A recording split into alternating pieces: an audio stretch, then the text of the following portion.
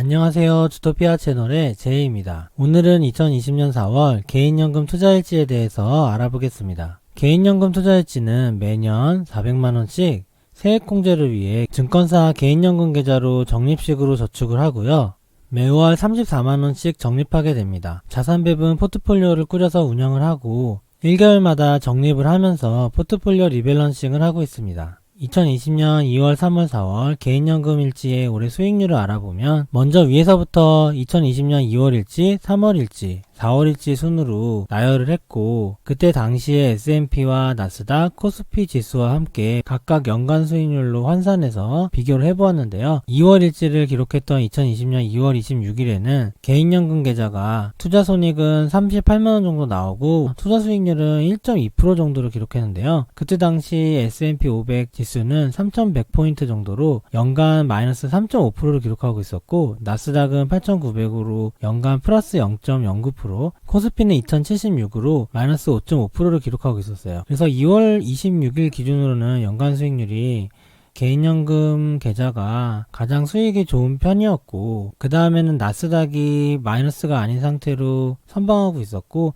코스피가 마이너스 5%로 가장 안 좋았었는데요. 3월 일지를 쓰던 날인 2020년 3월 27일에는 개인연금 계좌는 투자 손익이 마이너스 207만원으로 현재 팬데믹 위기에서 가장 저점을 찍고 1에서 2주 정도 지난 시점이었는데 이때 투자 수익률이 원래 1.2%였던 계좌가 마이너스 6.9%까지 떨어지면서 음전화를 하게 됐고 상당히 낙폭이 컸었는데요. S&P 500은 2540 정도로 연초 대비 마이너스 21% 정도였고 나스닥은 7500 정도로 연초 대비 마이너스 16%, 코스피는 1700대로 연초 대비 마이너스 21%를 기록했었고 개인연금 계좌도 굉장히 손해가 많이 났지만 S&P 500이나 나스닥, 코스피는 더 큰 폭으로 하락해서 이때 거의 마이너스 20% 정도 전후를 기록하게 됐어요. 현재 4월 일지를 쓰고 있는 2020년 4월 24일에는 개인연금 계좌의 투자원금은 2995만원, 투자손익은 마이너스 126만원, 투자수익률은 마이너스 4.2%를 기록했고요. S&P 500은 2800포인트를 기록해서 연초 대비 마이너스 12%, 나스닥은 8600포인트를 기록해서 연초 대비 마이너스 4%, 코스피는 1800포인트를 기록해서 연초 대비 마이너스 14%로 세 개의 지수가 3월의 저점에 비해서 많이 반등을 했고 저의 계좌 동안 반등을 한 상태이고요. 현재 기준으로도 올해 수익률이 개인연금 계좌는 마이너스 4.2%고 S&P 500이나 나스닥, 코스피보다는 조금 양호한 편이고 현재는 연간 수익률이 나스닥 지수와 비슷한 상황입니다. 제가 가지고 있는 자산 배분 계좌 중에서 개인연금 계좌의 수익률이 가장 떨어지는데요. 그래도 지수 대비에 비해서는 이번 위기와 반등 시에 조금 더 괜찮은 성적을 가지고 있었던 것 같고 앞으로도 이런 식으로 지수 대비 개인연금 계좌의 수익률을 비교를 해볼 생각이고요. 2020년 4월 개인연금 계좌의 수익은 현재 평가액은 2,939만원 정도로 전달 대비 플러스 115만원이 올라갔어요. 전달은 많이 떨어졌었는데 그래도 약간의 반등을 했고 그래서 2020년 연수익률은 마이너스 4.22%로 마이너스 126만원 정도를 기록하고 있고요. 2019년에는 연수익이 플러스 11.7%였고요. 플러스 279만원 정도를 기록했었어요. 2019년에는 마이너스 되던 날이 한 달도 없이 꾸준하게 계속 플러스인 채로 마감을 해서 11.7을 기록했는데 2020년은 1월달과 2월달은 플러스로 시작을 했지만 3월달에 팬데믹 위기로 마이너스 저점을 찍은 후 현재 반등 중이고 2020년 4월 적립액은 역시 34만원을 적립하게 됐습니다. 2020년 계좌별 올해 수익률을 비교해보면 제가 유튜브나 블로그에 공개하고 있는 저의 메인 포트폴리오를 제2계좌라고 부르고 있는데 1번 개인연금 계좌와 2번 연금이해 계좌를 합쳐서 메인 계좌인 제2계좌라고 불리고 있고 개인연금 계좌가 현재 일지를 쓰고 있는 계좌인데 아까 보신 투자 원금이 2,995만원에서 투자 손익은 마이너스 126만원으로 올해 수익률 마이너스 4%를 기록하고 있고요. 연금 이해 계좌는 제가 하고 있는 국내 ETF, 해외 ETF, KRX 금을 합친 계좌를 얘기하는데 투자 원금은 8,100만원 정도고 투자 손익은 701만원 정도 수익이 나서 투자 수익률은 8.6%를 기록하고 있어요. 그래서 1번과 2번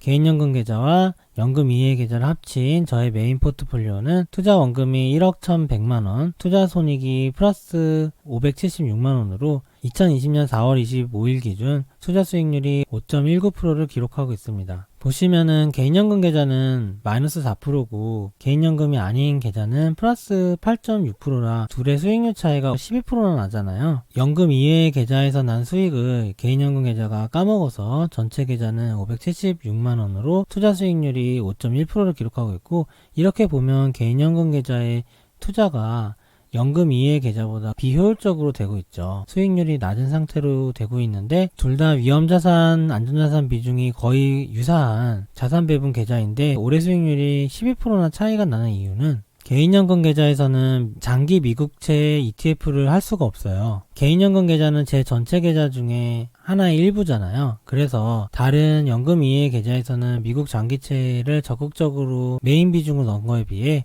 개인연금 계좌에서는 우리나라 국채를 반 정도는 넣어서 미국채의 양이 많지 않았고, 그 다음에 제가 금 투자는 KRX 금으로 하기 때문에 연금 이외의 계좌에 금이 다 몰려있고, 개인연금 계좌에는 금 종목이 아예 없어요. 미국채 비중의 차이, 그리고 금 비중의 여부에 따라 이렇게 올해 수익률이 12%나 극명하게 차이가 나게 됐고요. 원래는 개인연금 계좌의 채권이 국채와 미국채로 되어 있는데 현재 보시다시피 수익률 차이가 너무 커서, 그리고 위기시에 우리나라 국채가 위험자산을 해칭하는 기능이 크지가 못해서 현재는 국고채 비중을 많이 줄이고 있습니다. 그래서 앞으로 개인연금 계좌의 수익률도 조금 더 다른 계좌의 수익률을 따라가 볼 생각이고요. 개인연금 계좌의 자산 현황은 2020년 4월 24일 기준으로 살펴보면 이게 개인연금 계좌 전체 종목을 찍어서 올린 건데요. 타이거 라틴 35는 신흥국 주식으로 들어가 있고 전달에 많이 떨어져서 많이 샀었어요. 이번 달에도 반등이 일어나지 못해서 수익률이 마이너스 29%라 보이시죠? 그래서 이번 달에도 많이 사게 됐고, 국채 3년은 한국 단기채죠. 2월일지만 해도 국채 3년이 전체 국채 비중의 절반이 있었어요. 근데 3월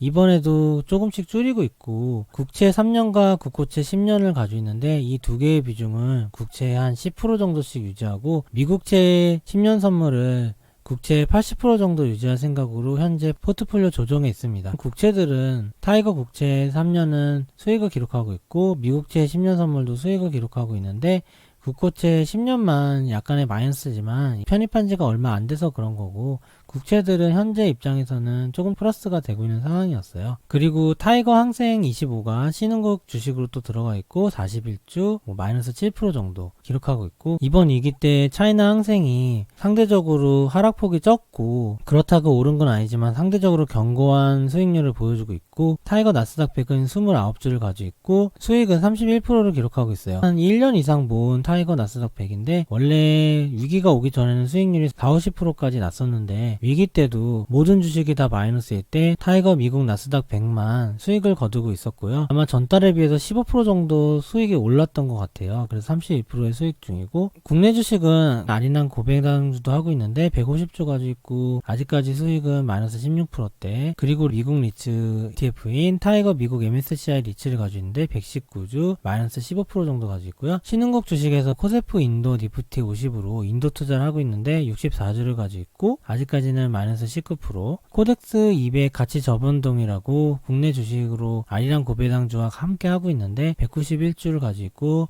수익률은 마이너스 6%. 코덱스 가치 저변동은 그래도 많이 올라왔네요. 손해가 많이 회복된 것 같고, 타이거 일본 니케이 225는 100주를 가지고 있고 마이너스 1.9%의 수익을 가지고 있어요. 항상 일지를 쓸 때마다 상대적으로 일본 니케이 25가 수익률이 좋다는 생각을 계속 하는데요. 지금도 보면 손해가 많이 회복됐네요. 우리가 그냥 일반적인 뉴스만 보면 일본이 딱히 좋은 뉴스도 없고 경기도 잘 안 들어가는 것 같은데 주식시장의 시세는 생각보다 견고하더라고요. 그리고 타이거 미국 다우존스 30을 미국 나스닥 100과 함께 미국 주식으로 편입하고 있고 90주를 가지고 있고 유일하게 이득인 주식 중에 또 하나네요. 타이거 미국 나스닥 100과 함께 미국 다우존스 30도 플러스로 위험자산 주식들 중에서 유일하게 미국 주식들이 플러스를 기록하고 있고, 타이거 유로스탁스 배당 30은 배당과 선진국 투자를 동시에 하기 위해서 편입한 종목인데 145주를 가지고 있고 마이너스 25%고요. 아무래도 배당 중심의 지수기도 하고 유럽이 경기가 안 좋다 보니까 수익이 많이 회복 못 되고 있어요. 타이거 유로스탁스 배당도 아마 2월 달에는 플러스였던 걸로 기억하고, 코덱스 선진국 MSCI 월드는 미국 65%, 선진국 35%의 지수인데 50주를 가지고 있고 마이너스 2.5%로 상대적으로 많이 회복이 된 상황이고, 코덱스 미국 S&P 고배당 커버드 콜은 165주를 가지고 있고 마이너스 13%입니다. 미국 주식 중에서는 유일하게 마이너스를 기록하고 있는데 현재 팬데믹 3월 저점 이후로 반등 시에 성장주나 바이오 위주로 올랐기 때문에 가치주나 배당주의 복원력이 상대적으로 떨어졌었고, 코덱스 S&P 고배당 커버드 콜은 여기 커버드 콜이라는 이름이 있잖아요. 커버드 콜 전략이 주가가 꾸준히 상승 중일 때 수익이 좀 더 플러스 될 수 있는 구조라서 주가가 많이 떨어지다 보니까 상대적으로 회복이 더딘 것 같아요. 코덱스 미국 S&P 고배당 커버드 콜은 확정 배당으로 6%의 배당을 주게 돼 있거든요. 배당률이 굉장히 높은 ETF이기 때문에 그걸 감안해야 될 것 같아요. 그리고 타이거 미국채 10년 선물은 전달에도 수익이 8% 정도 나 있었고 이익 실현도 약간 했는데, 이번 달에는 채권 비중을 교체하면서 미국채 비중을 늘렸기 때문에 오히려 많은 양을 사게 됐어요. 800주인데 이게 한 몇백 주를 산 걸 거예요. 빨간색으로 이득난 부분을 사니까 그런 게 마음에 걸렸었는데, 제가 샀을 때는 8% 정도의 수익이었는데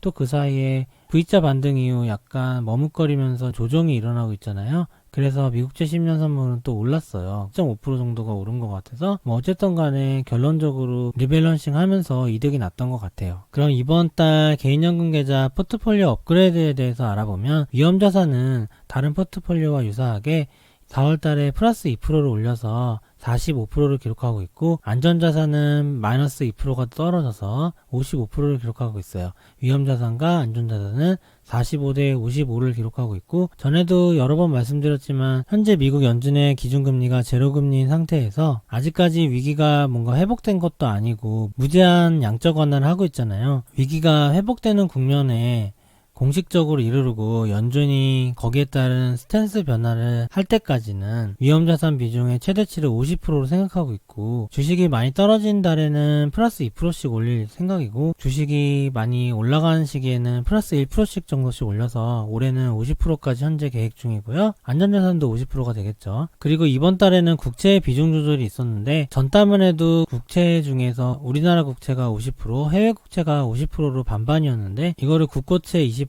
미국채 80%로 미국채의 비중을 높이 둔 포트폴리오로 변경하게 됐고, 포트폴리오 리밸런싱 하기 전에 많이 고민했는데 지금으로서는 무조건 미국채를 100%를 가지고 있는 게 이득이거든요. 그래서 국고채를 20% 가질 필요도 없는데 아직까지는 여기까지만 변경을 해봤고, 아까 개인연금 계좌와 연금 이외의 계좌의 수익률 차이를 보여드렸잖아요. 국고채가 낮을수록 수익률이 높아지는 상황이기 때문에 현재는 일단은 80%인 상태에서 조금 더 운영을 해볼 생각이에요. 이거는 4월이 아닌 3월 달에 포트폴리오 리밸런싱인데, 먼저 왜 보여드리냐면 이 수치를 보시면 3월 달에 포트폴리오 리밸런싱 할 때는 굉장히 주식이 많이 떨어져서 거의 연초 고점 대비 30% 정도 떨어졌을 때예요. 그래서 이렇게 주식을 많이 살 수 있었어요. 이게 제가 일반적으로 사고 있는 양이 아니고 정말로 많이 산 거고요. 라틴 같은 경우는 너무 많이 떨어져서 90주나 사게 되고, 보시면은 40주도 사고 정말 많이 샀고, 미국 나스닥 100은 그렇게 수익이 난 주식인데도 6주나 사게 됐죠. 이것도 원래 매달 한 주씩 이익 실현하고 있던 주식이거든요. 그리고 리밸런싱 하면서 매수한 금액이 520만원, 매도한 금액이 438만원으로 80만원 정도의 차이가 나는데,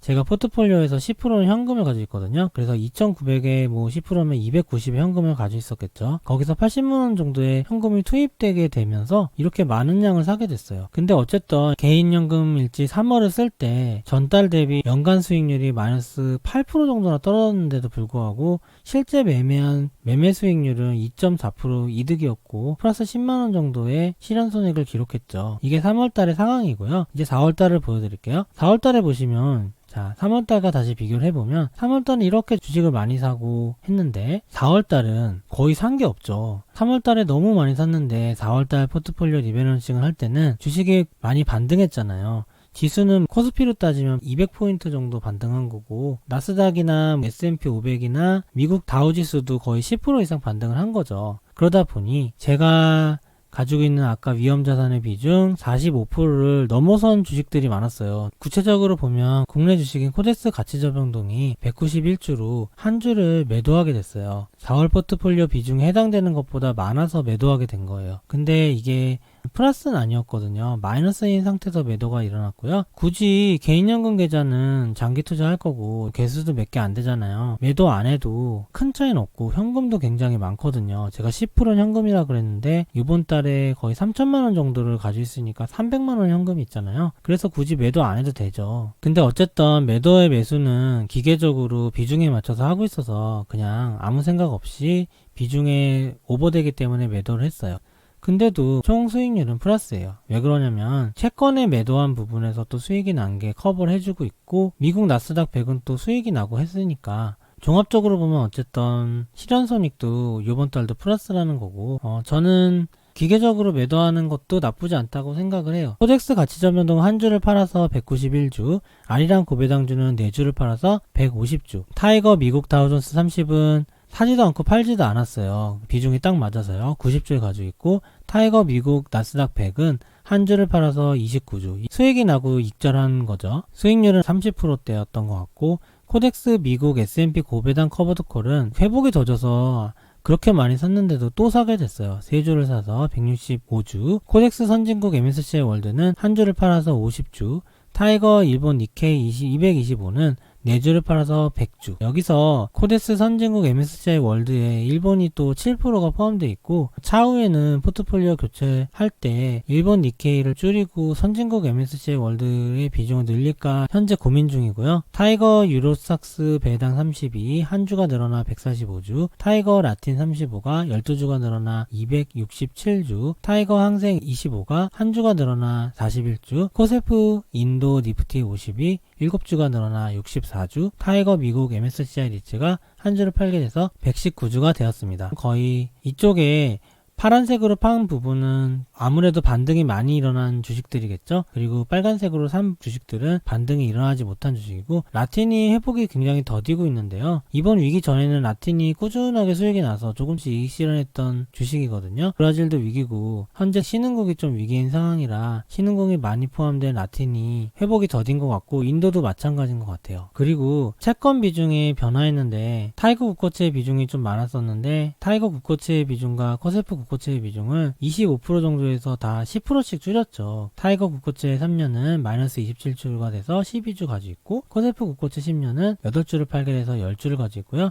타이거 미국채 10년 선물은 317주나 사게 됐어요. 원래 플러스 8%인 수익 중이었는데 이렇게 많이 사서 825주가 됐고 채권의 비중을 제가 10대 10대 80으로 맞춰서 거기에 맞춰서 그냥 구성을 한 거예요. 현재 개인연금 계좌는 국채 비중이 많이 높았기 때문에 매달 수정하고 있는 과정 중이라고 보시면 될 것 같아요. 1대 1대 8 비중을 조금 더 유지해 볼 생각이에요. 그래도 다행히 미국채 10년 선물을 많이 산 이후에 2% 정도 더 올라서 다행인 것 같고 아까 3월달과 다르게 기간 매수 금액과 매도 금액이 많이 차이가 없죠. 3만원 정도 차이밖에 없잖아요. 그러니까 이번 달에는 제가 34만원을 적립했다고 그랬잖아요. 적립한 거에 비해서 주식이나 채권을 산 거는 3만원만 더 샀으니까 30만원 정도는 현금으로 들어가 있겠죠. 그래서 이번 달에는 반등이 많이 일어나서 현금의 비중이 좀 더 올라갔을 거고요. 현금이 더 충전이 된 거고 전달처럼 또 많이 떨어지거나 제가 많이 사야 될 때 그 현금이 역할을 해주겠죠. 이것도 지금 국채를 변경하는 도중에 많은 양을 사고 팔기 때문에 숫자가 많아진 거지 국채도 이제 비중을 고정을 시키면 매수 금액과 매도 금액이 굉장히 작아질 거예요. 그리고 총 손익 금액은 2월, 3월, 4월 제가 계속해서 기록하고 있는데 매달 플러스를 기록하고 있죠. 2만원 정도 수익이 나고 총 손익률은 0.55%고 그냥 MTS에 나오는 매매일지에 나온 거 그대로 옮겨 적은 거고요. 여기까지 2020년 4월 개인연금 투자일지를 마무리 해보았고요. 일지를 이렇게 연달아서 쓰면서 과거 일지랑 자료를 비교를 해보면 일지를 쓸 때마다 조금씩 도움은 되는 것 같아요. 미국채의 비중이나 금의 비중이 어떠냐 그리고 종목별 비중이 어떠냐에 따라 같은 자산 배분 계좌라도 수익률이 극명하게 차이날 수 있다는 것도 보여줄 수 있고 구독자분들한테도 실제로 리밸런싱 했을 때 어떻게 저가 매수와 고가 매도가 일어나고 거기서 어떤 식으로 운영이 되는지 알려드리기 위해서 기록을 해보고 있습니다. 오늘 영상은 이만 마치겠습니다. 좋아요와 구독 부탁드립니다. 감사합니다.